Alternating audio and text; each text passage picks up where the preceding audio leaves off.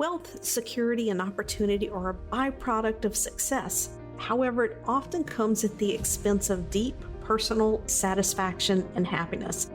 This is the Design Your Destiny podcast, and I am your host, Penny Chason, board-certified hypnotist and #1 international best-selling author. I work with the highly successful influencers, business leaders, corporate leaders who desire a life by design.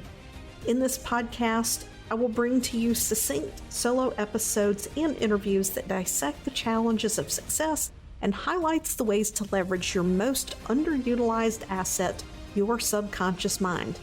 If you desire peace and happiness in your life, better health, and stronger relationships so you can enjoy the success that you have created, keep listening because this podcast is for you.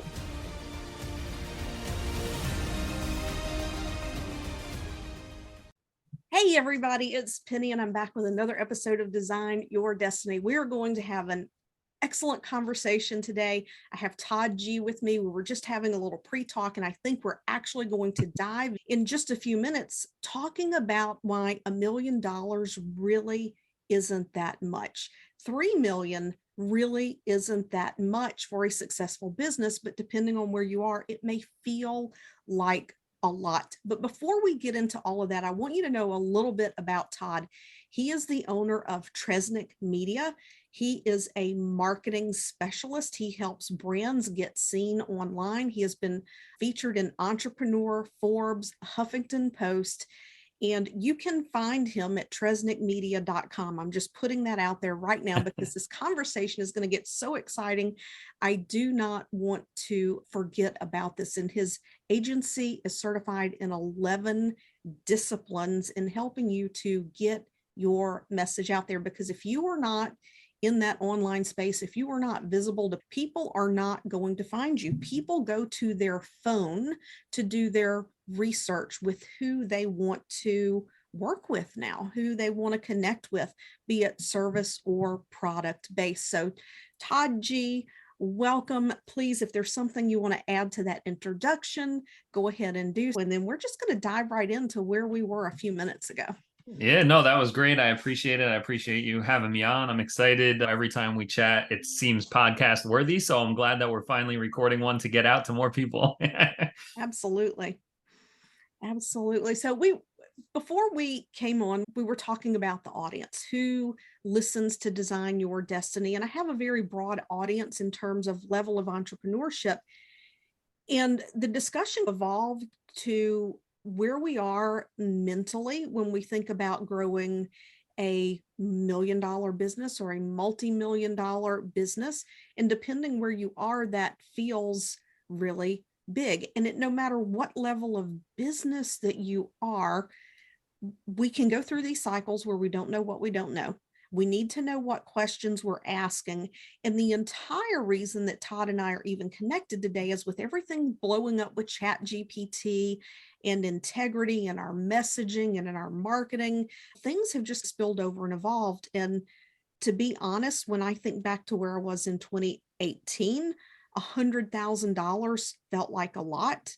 And now 200 to 300, it's come on, baby. Like we need to get the wheels turning on the bus. Let's get to $1 million because I want to have impact. And it's having impact doesn't happen. I hate to say it. This is the truth. Impact doesn't happen in low multi-six figures. So take it away around your thoughts about where you mentioned you're growing your business and your mindset around that. Yeah. I think when you start a new business, and I guess let's just start at like the beginning phases of it, right? Like everyone gets this 6-figure milestone. And that's really what I've pivoted people to thinking about it is that's a milestone. It can't be your goal, right? Because I live in New Jersey, which is a very expensive place to live in general, but $100,000 business really is not even a lot to cover your costs of fulfillment and marketing and ops. And once you start having to pay for softwares and equipment and whatever, like everything you need, even with an online virtual business, there's still a lot of expenses that come along with that. So like when you start taking all that stuff out and then taxes, like $100,000 is really not even like a sustainable cost of living, right? From a top line revenue. And once you start to see that on the horizon and you start to realize it, you're like, oh, wow, that is really just a milestone to celebrate on the way, but we can't slow it down once we get there.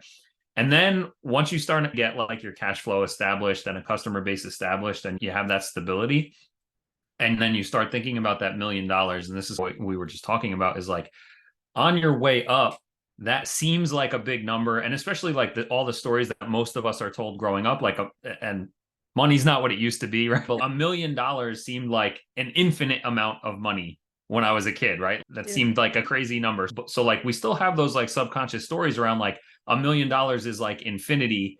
And that's a huge number to strive for and all that kind of thing. That would be like insane to ever be able to achieve something like that. But then once you start to really sit down and look at it, so like you said, if I want to be able to build a business that has an impact, especially if you're going to start hiring people on your team, it becomes $1 million is almost like the minimum to get to. And looking at it as, okay, I'm at 100, I want to get to 300 to 600 to a million. Those feel like heavy steps, just like working out feels heavy when you start lifting weights. You start lifting lighter weights and they get heavier and heavier. But once you build those muscles and change your perspective around, wow, there's like trillions and trillions of dollars in the world circulating. And the amount, like the percentage of getting like a few $1 million a year becomes very small. And you and I have been in the rooms with people of all different income levels. And for me to build a business from scratch up to $3 million feels like a heavy, long journey. And then one of my business mentors has stepped aside from a $40 million a year business. And like with the snap of his fingers, it seems is at multiple millions of dollars within a year, because to him, that's lightweight. And $3 million is not a lot. And it's a different perspective. And he's on a different energy level and frequency of like how much he can attract easily because and earn and actions you have to take, etc. But that's light work for someone who is coming where $3 million is coming down. So when you try and shift your perspective, and what I was saying to you, I'm trying to shift my perspective to not like, wow, I'm climbing the mountain that is a very hard exercise to get to 3 million, as opposed to just, oh, $3 million is light and easy. What does it feel like for that to be light and easy? And changing the stories around like $1 million is infinity and how that would be crazy to get there. And those are like the stories personally that I'm swirling around. And then I'm observing my colleagues and peers and mentors at all different levels and trying to steal from their stories and interpretations to climb up faster and easier. As you were saying that, the metaphor that popped in my mind is when you're in multi six figures and you want to break 7 low multi 7, it's like taking the music that's playing and just turning up the volume. You don't have to change the whole track that you're listening to just turn on the volume. And when we go to the stereo and we turn the volume knob, we don't expect there to be friction to turn up the volume. Yep. It just happens. But then when you want to branch out beyond, that's when you really start to bring in those additional revenue streams or whatever it is that might look like. One of the things that I fell in love with this year was at the end of last year. It's like I knew last year my media presence had to expand. I didn't have a consistent social media presence beforehand, but knowing where I want to go, I knew it needed to expand. And I tried my hand at hiring a team to come in to do my podcast production. And they were going to cut clips of my video and push those out. And 2.5 months in, deliverables weren't happening on time. Podcast wasn't getting published on time.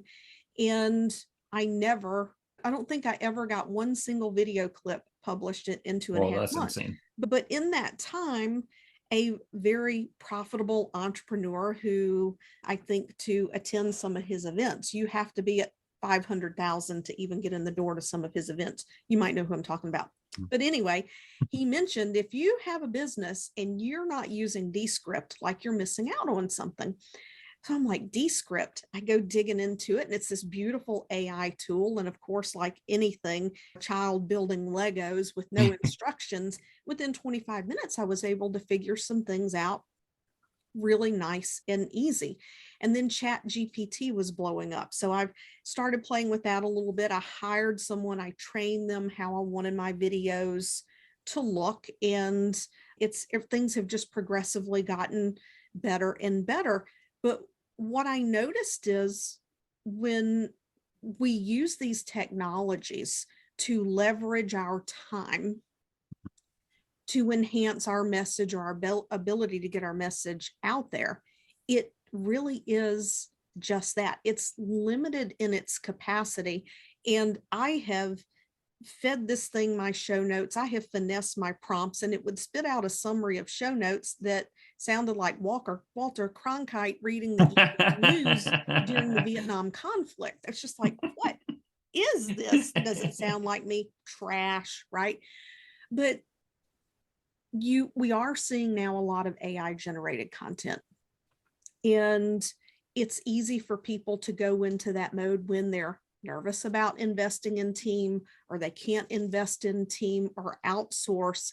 And it seems like it's really easy. And it's to the point where when I receive emails, I can tell if AI wrote the email, or if the person, I use AI, but then I play with it and I make it mine. It's an idea generator. It helps me get past creative blocks. But I've received things that I know the person, and I know that what landed in my inbox was completely counter to their beliefs and their position on a topic. So in just around the idea of being in integrity with who we are, the message that we're portraying, how are you using AI in your business, and what are some of the recommendations that you have for people so they don't end up stumbling into one of these pitfalls where they inadvertently end up putting out something that is not aligned with them, their business, or their values? Yeah, that's crazy. And let's, like, you just described two different scenarios, one for you and one for this person that you received the email from, right? Like for you, it wasn't necessarily opposed to your values. It just was very dry and not your style. Which is whatever, that's going to happen. You spruce it up. The other one where it's like if it's opposing beliefs to what your typical values are, like that's a different type of scenario. And so what you've done and what you and I have worked on together is, and this is what I recommend for everyone, is not sitting down on a blank ChatGPT screen and saying, write me an email to send to my email list, and then copying and pasting and sending it out, but rather taking, I do the same thing as you, where recording video or video content using my voice, giving it my perspective, and then using the transcript and saying, hey, here's the information. Now write this into and we have all different prompts and iterations for this, but it's like, here's the information, the insights, the value, my perspective on things in 10 pages. But now can you put this into a 300-word email in my voice? And then it'll do that. And then you tweak it and go back and forth. So like, it's using the proper information, insights, and value. And that's where I think a lot of people are starting with that blank screen and having it write stuff. And they're either looking at it and saying, this doesn't work, I'm not going to use it, which is better than the other side where they're just copying and pasting and blindly putting it out, which is just foolish and irresponsible. Yeah. And regardless of who's creating it, whether it's ChatGPT or a freelancer or whatever, right? You should always be like making sure the stuff that you that goes out in your name is going to be up to your quality and standards and personality, right? I think number one, when things get very easy to do, the thinking around it becomes even more important. So it's very easy to create a free ChatGPT account, open a new chat and say, write me an email to my email subscribers. I have a hypnosis business. And then it gives you text and you can copy and paste that and send it. Like that would take you 6 minutes to do that. That's the like lowest bar. You're outsourcing your expertise also, which is like just from a business and values and branding standpoint is silly to do. If you're the expert on this topic, why are you outsourcing the creation of this from scratch to AI? And so you need to be putting your unique perspective into it. But the easier the doing becomes where people can do that, it's very similar to like how lazy email is because it's free to send versus when you used to have to buy envelopes and stamps and send out 10,000 letters to a list, right? And so you were much more thoughtful in writing those type of letters. And that's why copywriters of back in the day would be, and in today in some businesses still, are able to become such valuable resources because of how thoughtful and strategic they are around the writing. And it's not about how long it takes you to write 800 words. It's about how much thought and value can you put into that? Can we speed up the creation or not? And then the distribution of it, right? So like when creation and distribution becomes so easy and there's such a low barrier to entry, anybody can sit down, do this and put it out to the world. And if it looks like trash, then people are going to not be attracted to your brand. And I also think you and I are in this different type of world than most people. I think your listeners are also with us on how the universe operates and how we're all connected energetically. And I think there's also that layer of it too, where if you sit down with a blank chat GPT and say, write me a social media post about why hypnosis is good for you and has benefits, and then you paste that, the energetic levels there, there's no human frequency behind it, as opposed to when you create something yourself and the energy that goes into that, and then you use ChatGPT for formatting and say, hey, here's my take on, why hypnosis is so beneficial to help you go from 300,000 to 1.5 million. And you give it that information. You say, write a version of this that can be a Facebook post, write a version of this that can be an email, and then you copy paste it into a doc and kind of tweak it a little bit for yourself. That's you going out there. Yeah, you can definitely tell the difference. The more that you feed into it, the more, and just really tell it like, only use what I've provided you. Yeah. So it's not bringing in extraneous stuff. But I love what you said, that the easier that these things become, the more that the thinking behind it becomes important. Because when people start thinking about growing their business, we've all heard the stories of people who burn out, and we all remember what it took to get our business off the ground. And once you get to a place of ease and you can breathe, our brain does not want to go back to that place again. But we think about growing, and we think about needing to hand these things off to other people. And a good deal of that is having a self-managed team, so that you don't have to be in every decision. Do you have any experience or perspective that you would share with people about how to, if you do delegate this piece to someone on your team, how you manage that so that you don't have to be in every step of the business? Yeah. Content specifically, or just in general? Content specifically, but if you want to branch out Yeah. farther than that, I'll start general, and then I can give tactical specifics around content. I think I like the idea. Now, number one, whenever you bring someone new onto your team, like unless you're hiring like rock star A player with a lot of experience in exactly what you do, and even in those cases, like there still needs to be an expectation of onboarding and training and ramping up to getting full speed, right? So making sure you manage your own expectations in that.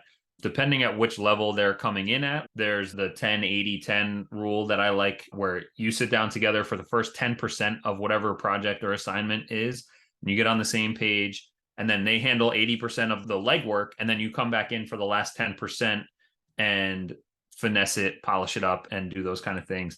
And during that process, to train and cultivate your team to become better and to lessen it so it's 595, right? Like 198-1 is having open communication, transparency, and feedback so that they understand your level of thinking. Because again, like, especially when we're working with people, not AI, like we want to teach them how to think and think like us. And I think that's a huge thing people overlook. A lot of people will just start hiring and expect, especially like low six figures or trying to get to six figures, they'll hire a cheap VA because they saw a bunch of all this training about how VAs are, you need a VA in your business, you shouldn't be doing XYZ. And then they hire them, and then they're just like, okay, go do stuff.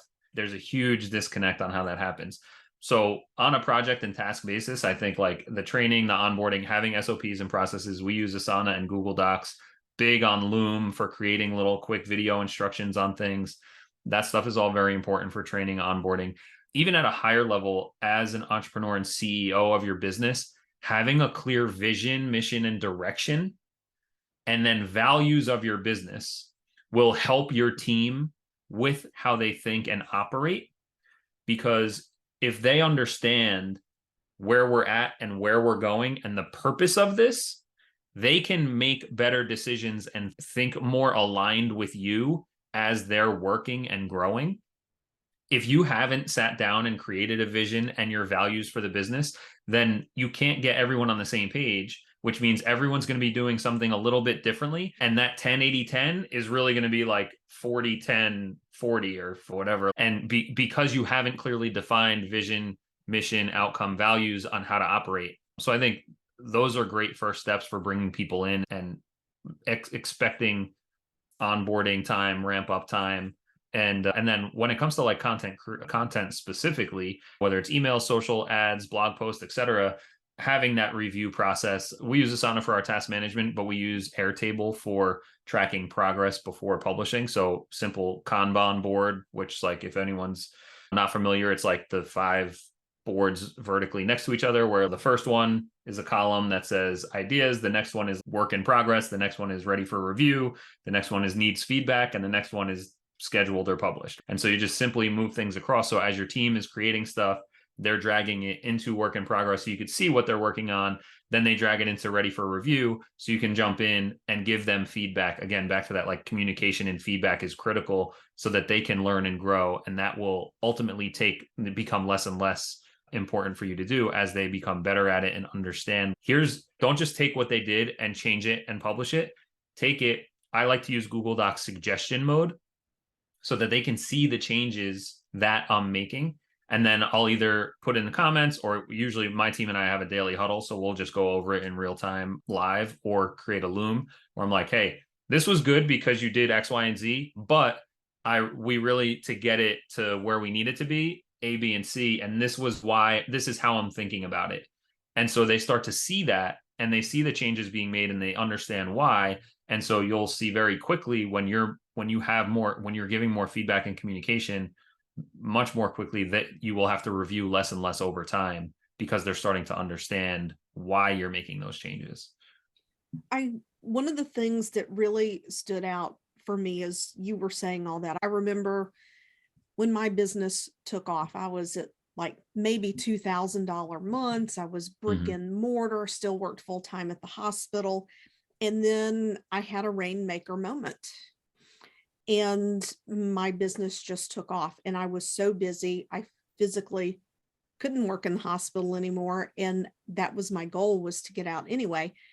And I remember the first VA that I hired, she came recommended. She was really good at what she did. But what I didn't know was understanding my strengths versus her strengths. And she was just as much a visionary as I was. So she was having all of these ideas for my business. Not that there's anything wrong with that. Yeah. But I needed more help on the implementation and the organizational side of it. And what I learned, I've been in healthcare for 25 years. I grew up with protocols, processes, everything gets done in a certain way. And I thought I was really good at structure. And the first thing I found out is Penny freaking sucks at structure in terms of creating that structure. Because I am very much a visionary. You give me a process and tell me to follow it, and I'll turn it out for you. But don't ask me to sit and create an SOP and to write things out. Like, I just would want to pull my hair out. Yeah. Which circles back to another part of the conversation that we had really wanted to have. And I'm probably going to be a little muddled getting there. So one of my values is integrity, and to being able to deliver. And there are times where I have overcommitted. I think all entrepreneurs can say that. And I used to take on clients for anything. Like, I wasn't narrowed down. You talk about that mission and that vision and values. And I think as solopreneurs, there comes a point where you definitely have to have that nailed down if you're going to have the clarity to move forward and to grow. But I was in a mastermind for a couple of years, but what I thought I was asking good questions, but there was still a lot that I did not know. And probably one of the most painful things for me was realizing at different times there is something missing, and I don't know what I don't know. So I was grasping at different strategies, different techniques, different types of coaches, until trying to identify where the gaps were so that my success would be sustainable. And in that process, I've encountered people who would sell to anyone who had the money to invest in their multi-5-figure program. And I have met people who you had to apply. And if there were things missing in your business, you did not qualify to come into their space, because they only wanted you in their space if you had the things in place that were going to allow you to succeed, because they knew or know what their lane is in helping someone. And I remember reaching out to somebody on Facebook. She's a Facebook ads expert. And at the time I was still doing hypnosis training, and I had a whole funnel built out. I did it myself. So you can imagine the quality of the funnel.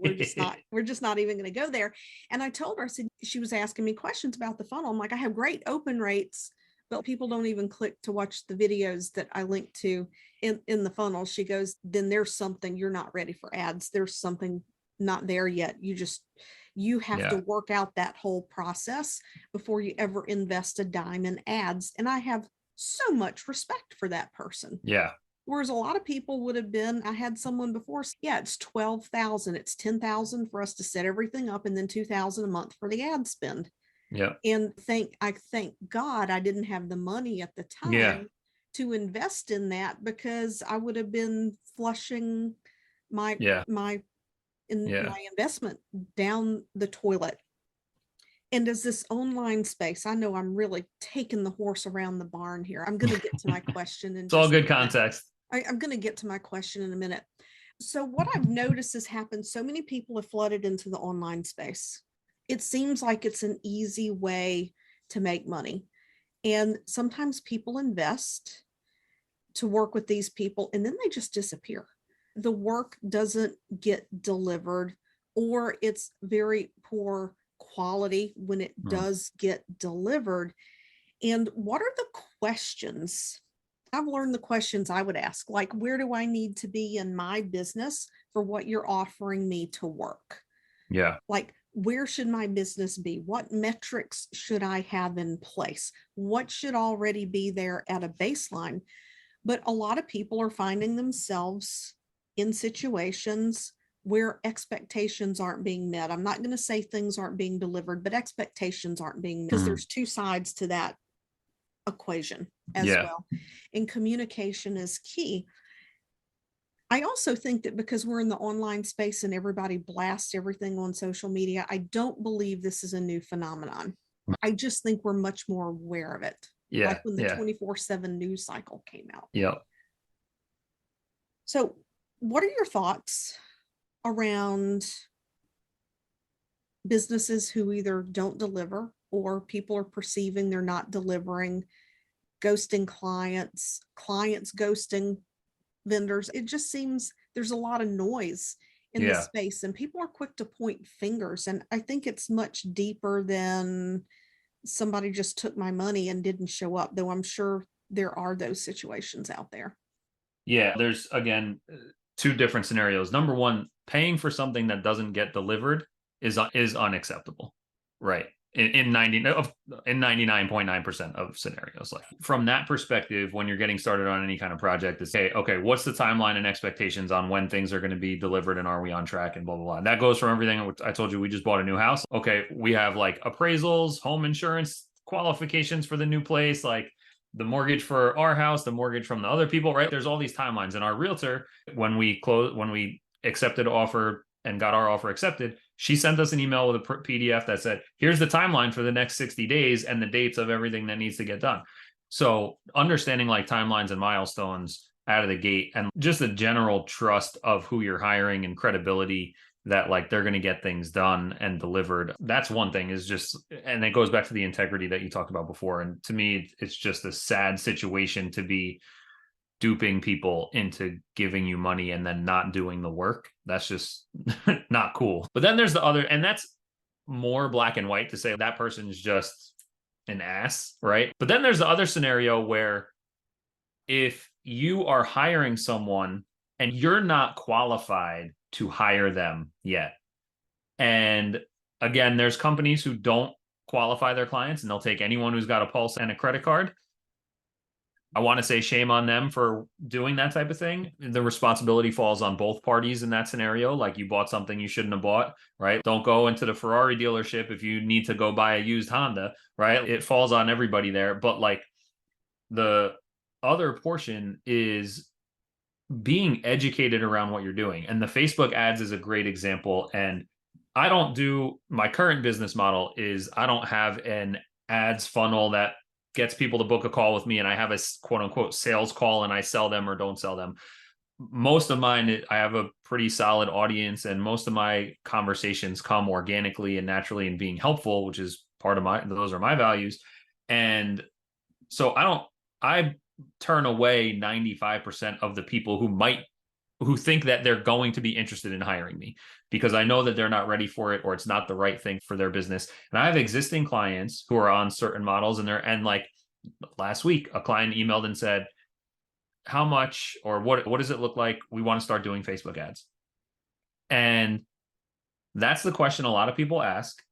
And they want an answer like you said, it's $10,000 to get started and $2,000 a month, or you have to spend $5,000. Like, they want a 1-sentence answer to be able to say yes or no.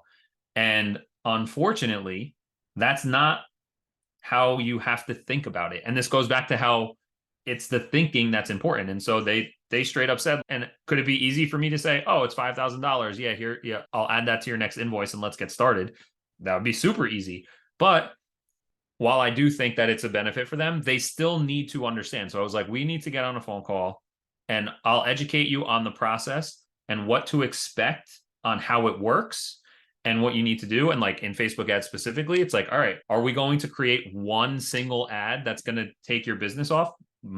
Probably not.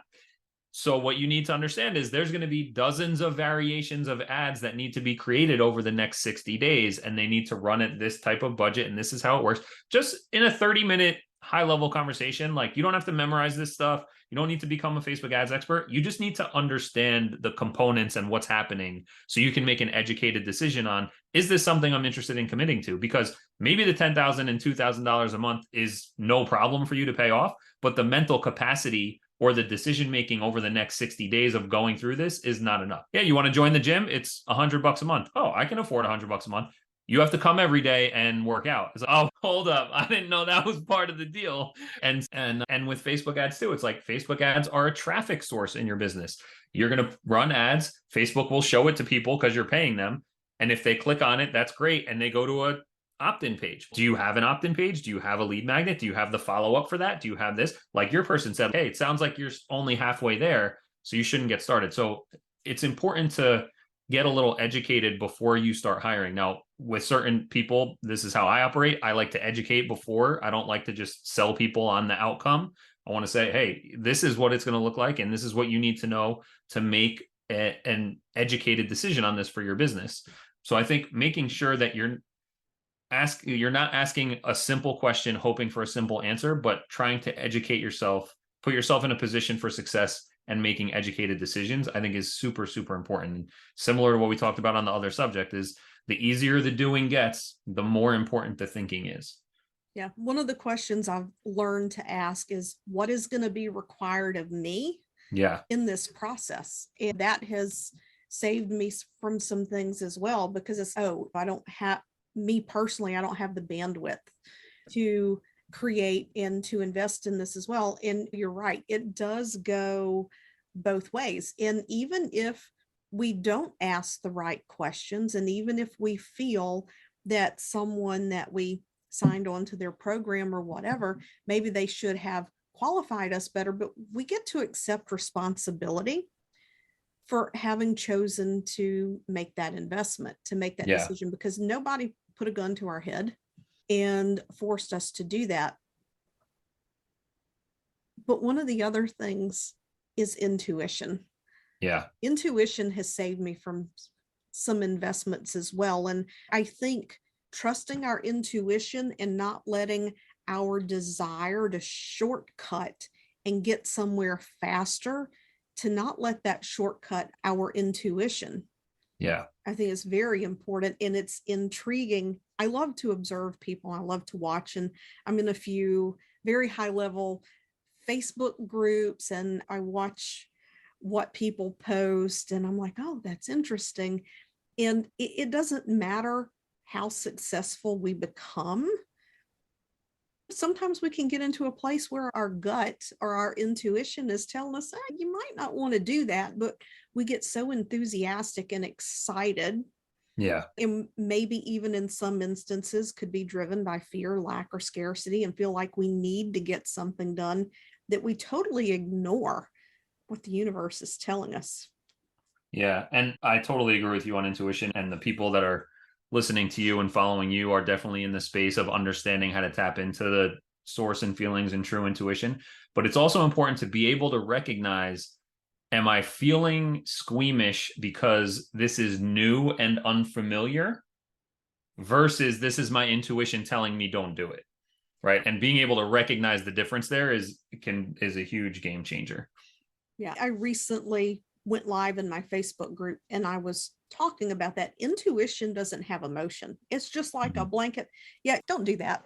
Yeah. And when you're like, why wouldn't I want to do that? If there's no emotion coming up as to why you shouldn't do it, that you're afraid of it, or this doesn't feel comfortable, or I don't know, those things are all fear-based. And it's a lot of the work that I do with my clients as they step into a new identity, because that's really what happens when we do the deeper subconscious work, is they're shifting into that identity of the person that they desire to be. And that means there is a lot of new territory that they're exploring, and it's unfamiliar, and that unfamiliar aspect can trigger the amygdala in the same way that fear does. Exactly. Just because it's uncertainty. So being able to recognize that there's no actual real reason that you're feeling that, it's just there's no tiger behind the bush. It's okay. No, Right?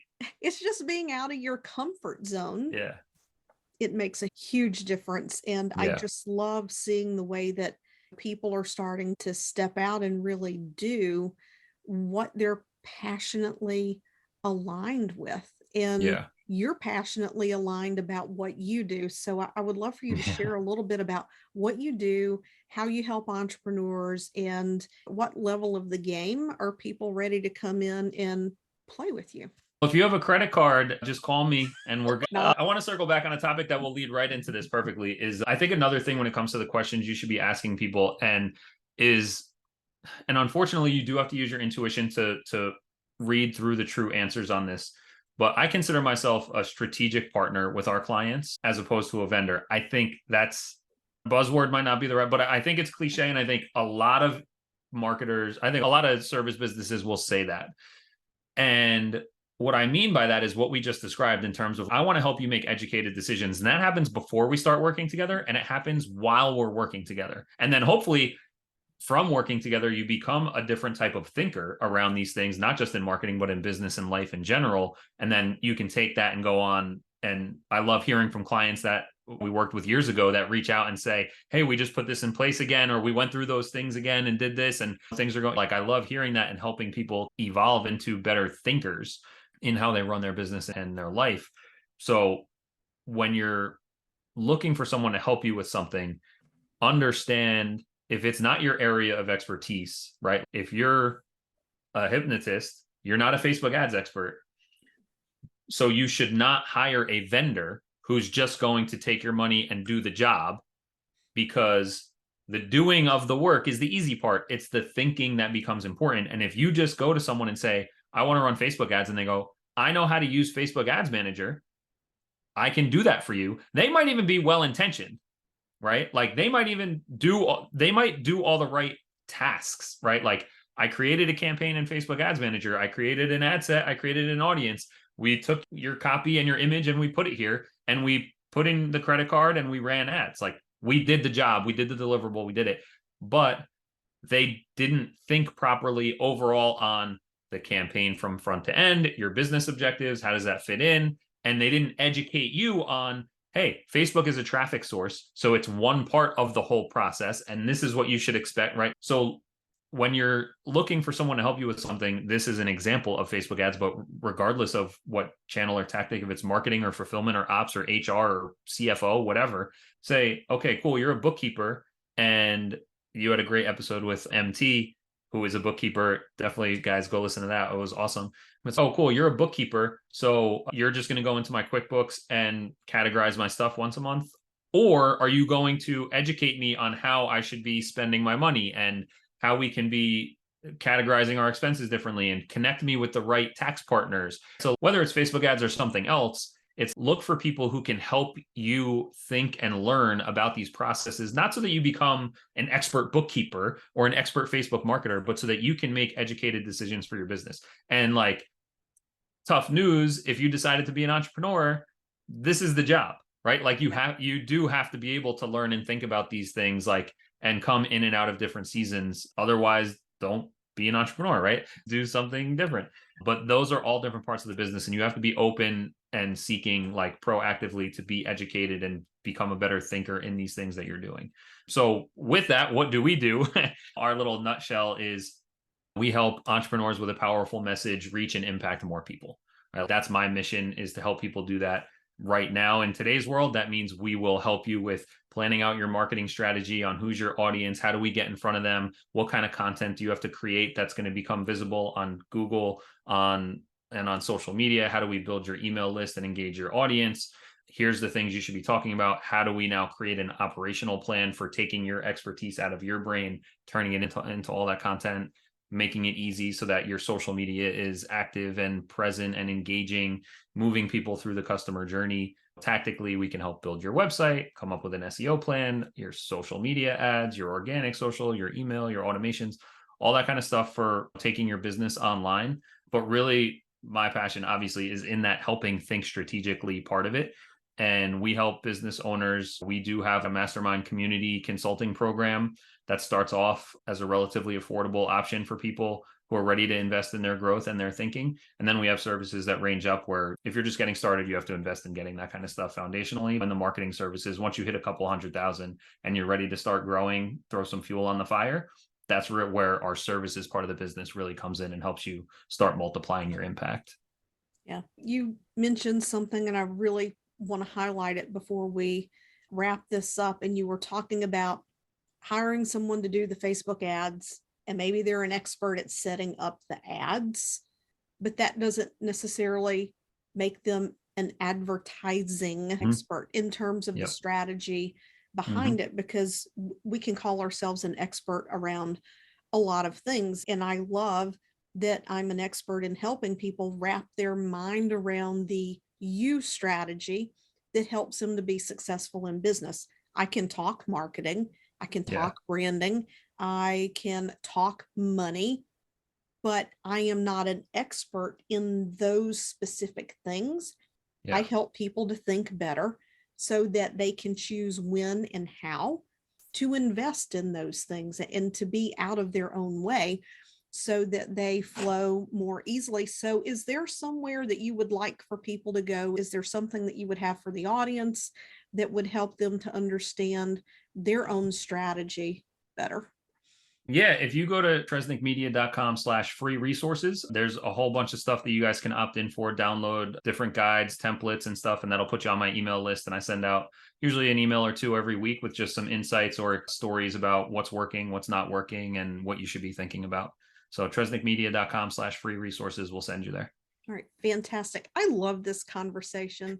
I know I get the rambles, but my audience is used to I'm it. with you too. Yeah, I know. I'm like, oh man, I think it's all great stuff, and I love what you're doing and what you're helping people with. I love that you're showing up and serving and putting value out into the marketplace with your podcast and content and stuff. So I just want to acknowledge you and say thank you for all that you're doing and help to raise the level of humanity here. All right. Thank you so much. All right, everyone. I want you to go find Todd on social, show him some love. Go check out his free resources. We'll have all of the links in the show notes, and I will see you all next week. Bye now.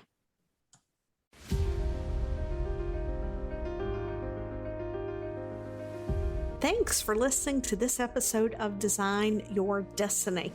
I would love to know what resonated most with you. So just take a screenshot of this episode, share it over on your Instagram stories, and tag me at penny.chason and let me know what you thought. Also, if you head over to iTunes and you leave a positive review, it helps this podcast to help reach even more people, making a difference, elevating humanity and mankind.